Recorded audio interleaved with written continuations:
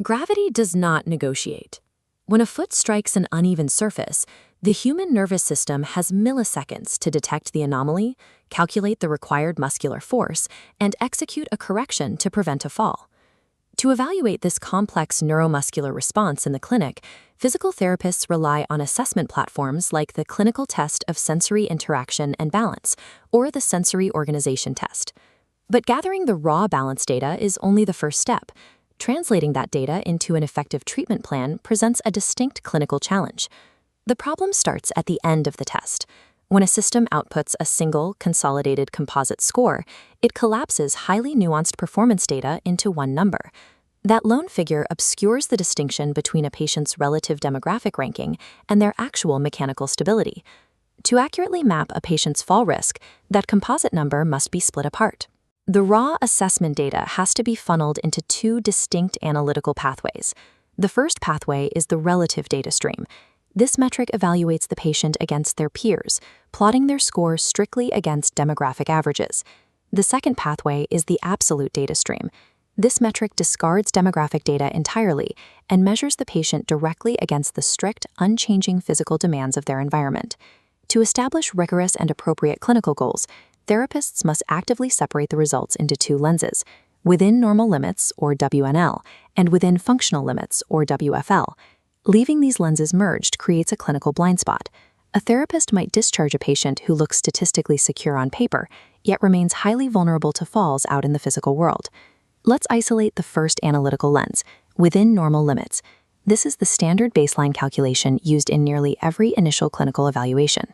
The mechanics of a WNL metric are straightforward. It answers one specific question: how do this patient's test results compare to the mean score of their exact age group under identical chest conditions? We can visualize this using a standard normal distribution. This bell curve represents a vast data set of peer assessments, and the heavy vertical line marks the exact center, the average performance for that specific demographic. If we plot a high-performing patient on the upper slope of this curve, within the age 75-plus demographic, we see a clear visual of their relative standing. This provides immediate clinical utility. It offers psychological reassurance to the patient by confirming that their physical decline is entirely typical, or even favorable when compared to their peers. However, this introduces a vulnerability in the assessment. Being statistically normal is a comparative concept. It does not equate to having sufficient biomechanical capability. As an entire demographic cohort ages, their collective baseline naturally shifts downward. Consequently, an individual in that cohort can easily achieve an above-average WNL score while still possessing dangerously degraded actual balance. The WNL metric clearly illustrates pure alignment, but safety in a dynamic environment depends on mechanical capacity, not a demographic average. This requires a shift to the second analytical lens, within functional limits. This is the universal standard of actual physical capability. WFL is a strict performance-based assessment. It evaluates how well a patient maintains their center of gravity under challenge, completely ignoring age, demographics, or peer comparison. This side-by-side view exposes the data disparity. On the left, we have the relative demographic curve. On the right, a vertical bar chart measures absolute performance, capped by a fixed, glowing line indicating the absolute functional threshold. When we map that same high-scoring patient data point from the relative curve over to the absolute chart, a severe discrepancy emerges. The score falls critically below the absolute functional threshold required for safety.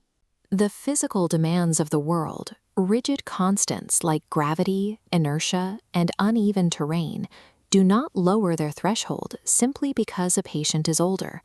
The implication of this model is clear. A patient can mathematically exceed the mean of their age group, dominating the WNL metric, and simultaneously fail to meet the absolute physical threshold required to navigate their own home without falling. Conversely, securing high scores in the WFL metric proves objective, universal balance capability. It indicates minimal dizziness under sensory conflict and points directly to strong, independent functional mobility. WFL is the mandatory, non-negotiable lens for evaluating objective biomechanical safety. Gravity, ultimately, does not grade on a curve. Master clinicians do not discard one metric in favor of the other. They use both lenses simultaneously to individualize the treatment plan to the specific demands of the patient's life. Consider a patient whose daily routine involves moving from a bed to a chair, with minimal exposure to dynamic environments or uneven outdoor terrain. For this lower demand profile, the physical stresses they face are highly controlled. Achieving a WNL score that simply aligns them with their age-matched peers might be an entirely sufficient, realistic, and successful discharge goal. Now contrast that with an active senior who intends to return to hiking rocky trails, participating in athletics, or performing demanding physical labor. For this high-demand profile, peer averages are irrelevant. The uneven trail demands absolute stability. Here, WNL is completely insufficient, making strict adherence to absolute WFL data the primary driver for their discharge criteria. The therapist must actively educate the patient on these differences. Mapping out both frameworks is essential for managing recovery expectations and keeping the patient engaged in the clinical process. This dual framework approach allows for a specific psychological strategy. The clinician can point to incremental improvements in relative WNL scores to build patient confidence, while relentlessly pursuing the ultimate WFL target needed for their desired lifestyle.